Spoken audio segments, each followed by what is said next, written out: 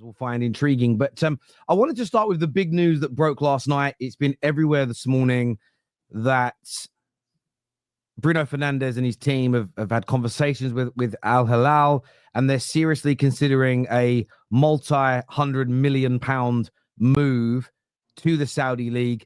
Man United, the rumours range between 80 to 100 million in the potential transfer fee. What is the latest, as you understand it, with Bruno Fernandes and his potential exit from United?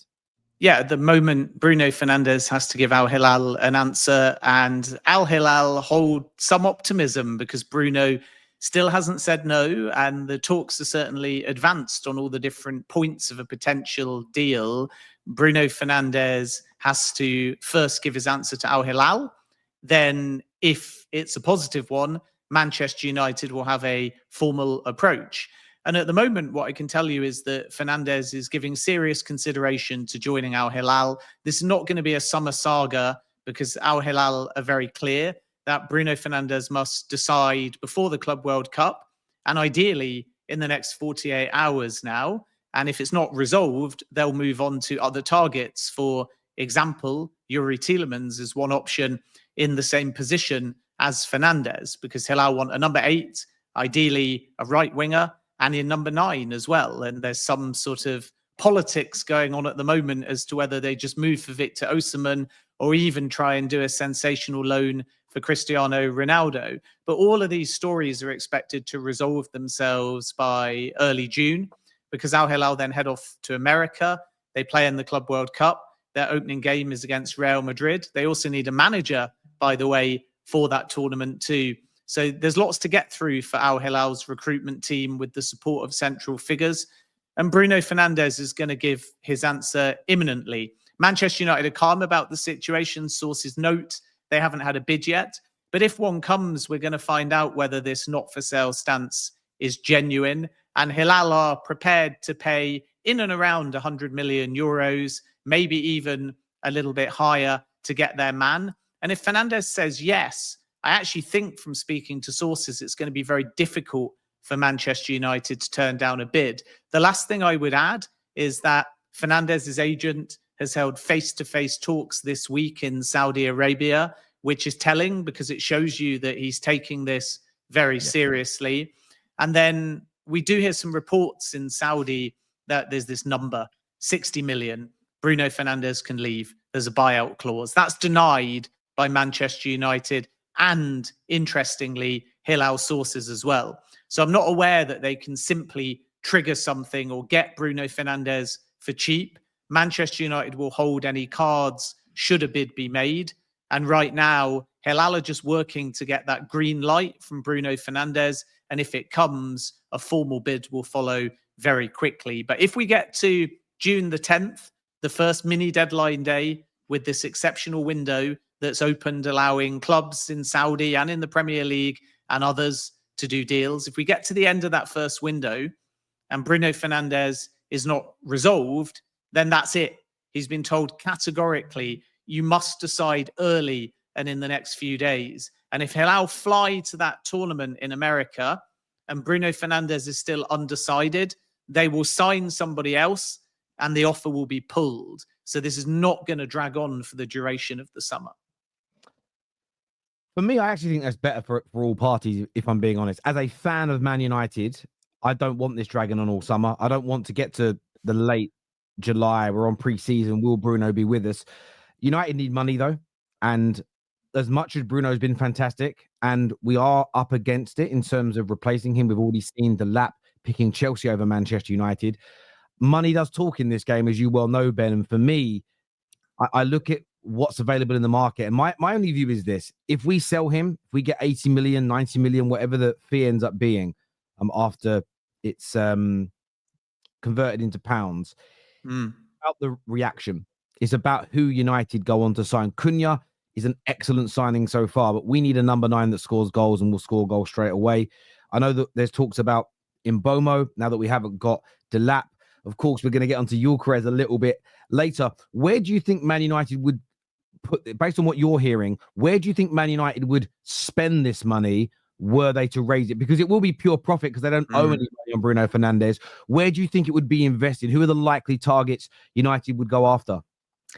At the moment, I think Bruno leaves and you definitely need another midfielder. But interestingly, Ruben Amorim has been asking for either an 8 plus Cunha at 10 or 2 10s. And this is where the interest in Brian Mbeumo materialises from. And my understanding is that Manchester United and Newcastle are the two clubs really pushing at the moment for Brian Mbeumo. Brentford haven't had a bid yet. He's got 1 year left on his contract, but there is a 1 year option and that can be triggered by the club. So it wouldn't surprise me if Brentford takes steps to extend Mbeumo over the summer in order to protect his value. It's going to cost about 50 million. And a lot of fans say that's pretty good value. It's lower than Cunha. But again, he's not got much time left on his contract. So it's still a relatively big outlay.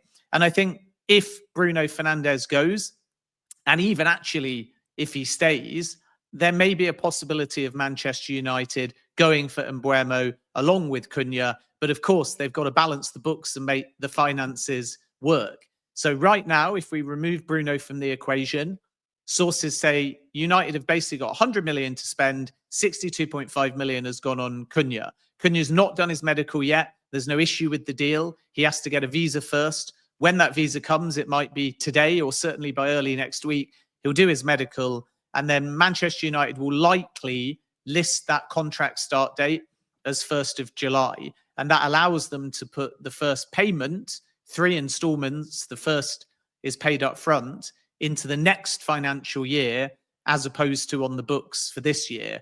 And that will just help Manchester United get a bit more PSR wiggle room. Then the other 30 odd million was earmarked for Delap. As I broke 2 days ago, he's going to Chelsea. That medical is now scheduled. So Manchester United have to find a way now to get in the right kind of number 9 and also some kind of value. And we hear a lot of reports that Ruben Amorim wants Victor Gyökeres, and that may be true in theory, but that's a 70 million euros deal. And Manchester United will need some outgoings in order to pull that kind of business off. But of course, number 9, huge priority. And was Bruno to leave and they get 100 million euros or more, then suddenly the club can afford to invest in a Victor Gyökeres, maybe even add a Brian Mbeumo as well. So the consideration, if Bruno comes to Manchester United and says, I want to go, if Manchester United are respectful of that and get the kind of figure that they think is worthwhile, they can rebuild. And that money will go a long way. Add to that the expected departure of Alejandro Garnacho, with Napoli potentially, because they might do De Bruyne and Garnacho, because De Bruyne is your more central playmaker. Garnacho goes on the wing where he prefers, even though Ruben Amorim has used him more centrally. That's a possibility. Georgi Sudakov is another name at Shakhtar that Napoli are looking at. And Chelsea have Garnacho on their list as well, along with Nico Williams and Jamie Gittins. So if Garnacho leaves, pure profit. Bruno Fernandes reflects well on the books. Suddenly you're looking at Manchester United being able to do a revamp. And then to come back to your original question, number 9, as I referenced, another number 10 or an 8 that can basically play in an advanced position. Then I think you're still looking at a right-sided winger in the form of a younger, homegrown talent. Tyler Dibbling is one of the names that is under consideration. Southampton have said publicly he's a 100 million player, but I'm actually told that bids over 40 million will stand a chance, and Spurs are ones to watch there. Another defender could come in. And then goalkeeper's obviously interesting, because 6 months ago I'd have told you Bayern is leaving and United are only looking for a number 2. Now we have to understand what will happen with Onana, who has some interest from Saudi Arabia, although contrary to reports, the club is not Neom FC. Nothing is advanced, close or done with Onana and Neom. But there's broader Saudi interest. And if United let Onana go, then as a high priority, they need to find a number 1 goalkeeper. And that's where, along with Atletico Madrid, I would keep a very close eye on Emi Martinez. Potentially to Manchester United, you say? Yeah, Emi Martinez, Manchester United and Atletico Madrid. Obviously with Atleti, it depends on whether Jan Oblak leaves. It's quite interesting that Oblak's only 32, the same age as Emi Martinez. But if he's moved on, Atleti have got 2 names they really like. Joan Garcia, who wants to become a number 1, which is why it's going to be intriguing to see whether Arsenal, who are pushing quite hard, can pull that off. And even Villa, because there's an outside chance that Martinez leaves and Villa go to Garcia and say you're a number one, and Arsenal go to Garcia and say you're a number two because David Raya is expected to stay. And then I think Garcia would give preference to a club like Villa because he'd get more game time. But keep an eye on Manchester United with Martinez. And they have looked also at Garcia themselves, but more 6 months ago as a backup to Onana. Now we're going to have to wait and see what happens with this merry-go-round of goalkeepers, because Manchester United's perspective may change. Onana could become dispensable at the right price. And then you go from replacing Bayern to having to find a new number one. And once again, Manchester United have to think collectively, not individually, with their budget. The amount of times I get told, Terry, this target's great value, why don't they just pay what it takes? But they've got 4 or 5 positions to strengthen in. And once Cunha's through the door, at the moment anyway, I know Rashford, Anthony, Garnacho could all change the finances. But right now, Man United have basically got 30 million quid to spend and about 3 priority positions to strengthen him for Ruben Amorim, which is why we might have to be a bit patient with United's window, because it might not get going until after the financial deadline passes. Absolutely, but at the same time, that's why the Bruno deal intrigues me, because if that's to happen before the World Club Cup, I know that they may not complete the transactions until the 1st of July because it goes over, but that's £80 million in. And I think that's what United fans have got to look at. If we have the options where we think, right, we can bring in the right central midfielders and the right 10s to replace the creativity and the goals from Bruno, you take the 80 million and you go and sign those players, or you take that 80 million and say, let's get a deal done for Gyökeres now because we have the cash for it. The club has to consider that, because I love Bruno. He's been a fantastic servant to this football club, but we do have monetary issues. Part of me doesn't want to see Bruno leave, but there's another side of me that says, if by the end of this window, with Bruno going, Garnacho going, Rashford leaving, if we could end up with Mbomo, if we could end up with Edison in the middle, if we could end up with a Gyökeres up front, we could end up with Emi Martinez in goal. Yes, Bruno's leaving's a massive pain, but overall, you could argue the team looks better. And Man United fans, I think, should be more focused on what is the team going to look like, rather than I love Bruno Fernandes, the individual. Yeah, and he's 30 as well. And I know that's not old, and you're absolutely right to say that Fernandes is irreplaceable. He's got this incredible flair and leadership, but you have to trade that against your revamp. And I suppose 2 years ago, Liverpool had this when Al-Hilal were bidding 150 million for Salah. And it was essentially a choice between, do you keep your older player and back him to keep performing? And Liverpool were right, because Salah, even up to the end of this season, 2 years on, has been sensational. But there's plenty of other instances where you take the value now because it may not be there again in a year's time. You use that money to invest. And now Manchester United haven't got Champions League football or any European football. They may need that fee. And I expect Al-Hilal to play upon that and try and strike a deal if they get a yes from Bruno Fernandes. And that could come at any point now, because the deadline for Bruno Fernandes with a final offer from Al-Hilal was supposed to be yesterday evening. As I exclusively reported, it was a 72-hour deadline, which is why Fernandez's agent went to Saudi Arabia. So Al-Hilal may already have their answer, or if they haven't, it's just because of time differences, because Bruno's on tour with Man United, the agents in Saudi Arabia, Manchester United officials are still in London. So we're going to have to be a little bit patient, but I think we'll have an answer on Bruno Fernandes today, tomorrow, or by early next week. It's going to move really quickly one way or the other. And then, as you rightly say, Manchester United need to think about how they can back Ruben Amorim, because a key point in all of this is Ruben Amorim did not want to take the Manchester United job mid-season for the exact reasons that we've now seen, because he was inheriting Ten Hag recruitment. He was coming in without a transfer window, and the change to his system and the intensity with which he plays requires pace, physicality, and wide players, whether they're deeper or whether they're wingers, that can hug the touchline and then, when required, still have offensive output.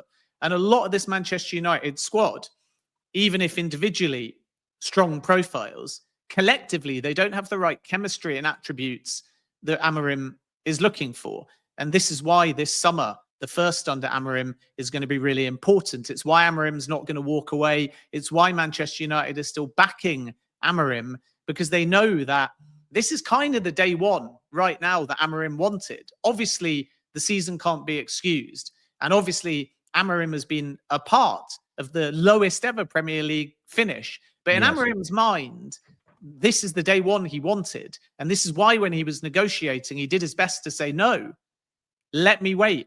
Let me win the title with Sporting and let me join in summer 2025.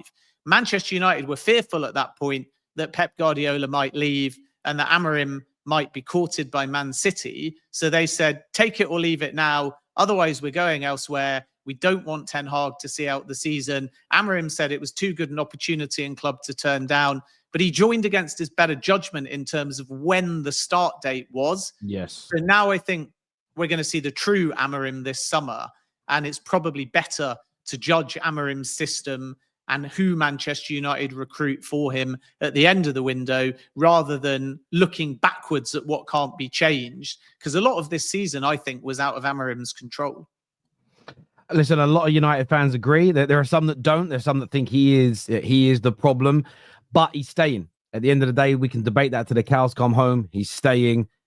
He needs the players to make the system that he's instilling at Manchester United work. It's as simple as that for me and a lot of other Manchester United fans out there. Viewers, give us your views, give us your opinions. Make sure you're hitting the like button as well for us if you haven't done so already. We have a poll running, actually. 57% of our audience are saying right now that Man United should sell. 25% are saying only for 80 million plus. So you're looking at well over 80% of the Football Terrace community think that Man United should be taking that money. But moving on.